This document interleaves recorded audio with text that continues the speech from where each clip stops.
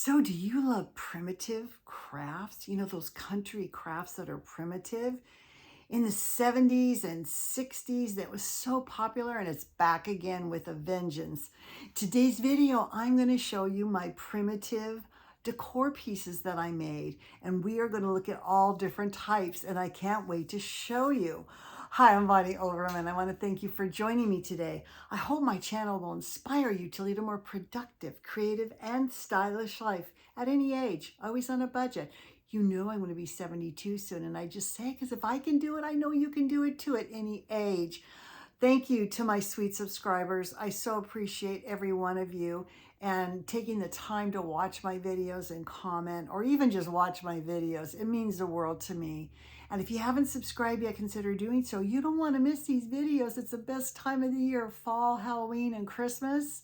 And if you like this, please give me a thumbs up. It does help my channel. Now, this is brand new. I said I was going to do it in July. I didn't get around to it because I had to make some things. But what I'm going to be doing is I'm going to be making some primitive looking sunflowers that are going to be aged. They're going to be in paper, and some are going to be in fabric. I'm going to be making some paper crows that you can put in your displays too. And we're going to decorate some mason jars, little tiny jars, make them all grungy and everything. And I'm going to show you how to make rust. Okay, it's so simple, so simple, but I can't wait to show you my little primitive country decor. All right, I hope you love this. I hope you get so inspired, and I'm going to see you in the next video. Bye. Welcome to my primitive craft video. Can't wait to show you some of the things I made. Sunflowers, crows, stars, and some adorable little mason jars. I can't wait to show you. So the premise of primitive crafts are very kind of simple. You want to use homespun fabrics that are kind of old-fashioned or country looking, and you want to grunge them up. And what I use to do the primitive crafts, ground cinnamon. Now this is from Dollar Tree, and I keep this one for crafts only because I end up, after I shake it out, I put whatever's left back in there. One of my favorite paints is burnt umber, or you can use distressed ink. And again, for this, I just take like a little foam brush and I just dip it in, and then I go along and I age the things. So all of these methods work. It depends on kind of what you're making. So let's start over here with some fabric sunflowers. Now this is all my version of primitive crafts also, but there's a lot of things made out of this homespun fabric, and I want to show you. This came from Hobby Lobby, and you can actually cut it and then rip it to get these kind of tattered edges. So primitive crafts are kind of a old-fashioned, looks like stuff was made during the late 1800s, kind of grungy, kind of torn, kind of shabby looking, and they're very basic interpretations of things. So, but I use this on most of these crafts for this one here. Now what I did for these is two different ones. This one here is the most simplest. I just cut pieces of the fabric, glued it on an empty ribbon roll. This is the end of the roll. And I just glued on a round piece of burlap. It's all shredded, and what I did to color this is I used my ground cinnamon. So I shucked cinnamon all over it, kind of rubbed it in, and then tapped most of it off. Not only does it give it a age grungy look, but it kind of smells good too. Now this one is a little bit more involved, but it came out really cute. And you can do this double. You don't have to have a bare back. You could do this piece I did here on the back, and you can put a stick on it, and you can put it in an arrangement if you want, or use this as bowl filler or on a bag or a tag. Look how adorable that is. Or you could make it into a brooch if you wanted to. But anyway, what I did is I just glued on, you can see what color this fabric used to be, just glued on these petals or leaves or whatever you want to call it that a sunflower would have. And then I wanted that look of a large center. And I think this kind of just reminds me of all the little seeds that are in sunflowers. I took a round piece of cardboard, put some batting, stuffing on it, and then I put my round piece of fabric, and then I just tucked it all under and glued it, and then glued it on here so you can see it's kind of puffy. And it's really cute. Make a cute pin cushion or just something cute, especially in your kitchen. And I wanted to show you the ones that I made that are paper. Now, this is my interpretation. You might look at these and go, oh, they look like fall flowers. I don't know if they're sunflowers. I think these look more like sunflowers. But let me show you. So I start with my scallop punch, and I cut out different sizes. This is my large one here. And then I just made a little pattern for some leaves and cut out leaves. Here's some smaller ones I use for the smaller circle. And all you do is you just take them and glue them on the back of your paper. See, that's just all glued on. And then I aged it. Now I again used the Tim Holtz Distressed Ink, I think Ground Espresso. That's kind of my favorite one that I use.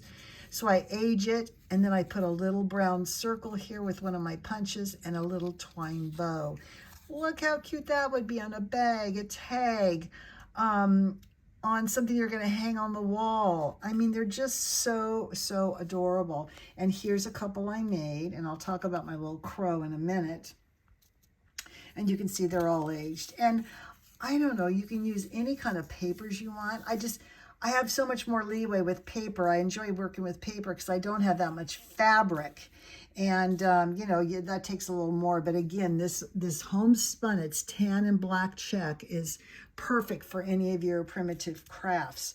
Next is the crows. Now, I had a crow die cut, but it's not working. So I just went on Pinterest and I said, paper crow silhouettes.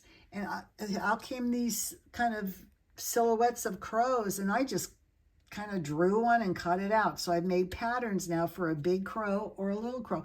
But look how cute they are in the sunflowers. They just kind of go with fall sunflowers. Look how cute. Look how cute that would be to have your little crow hanging there on the side. But they just go with the fall sunflowers and crows. I think that's a great combo.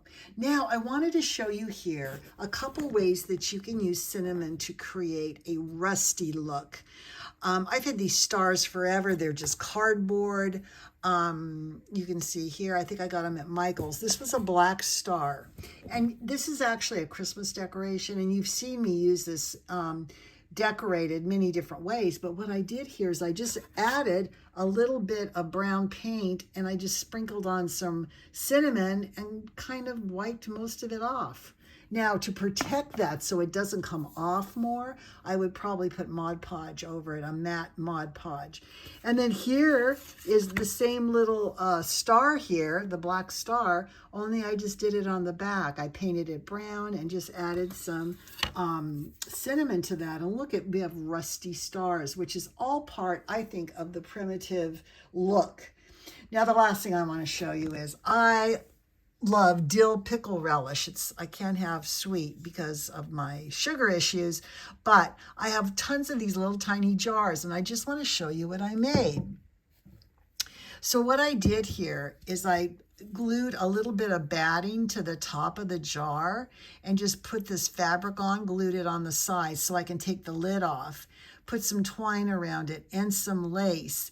And I just shook cinnamon over this whole thing and used a little brown paint, just dabbed it on the actual jar. And in here I have clothespins.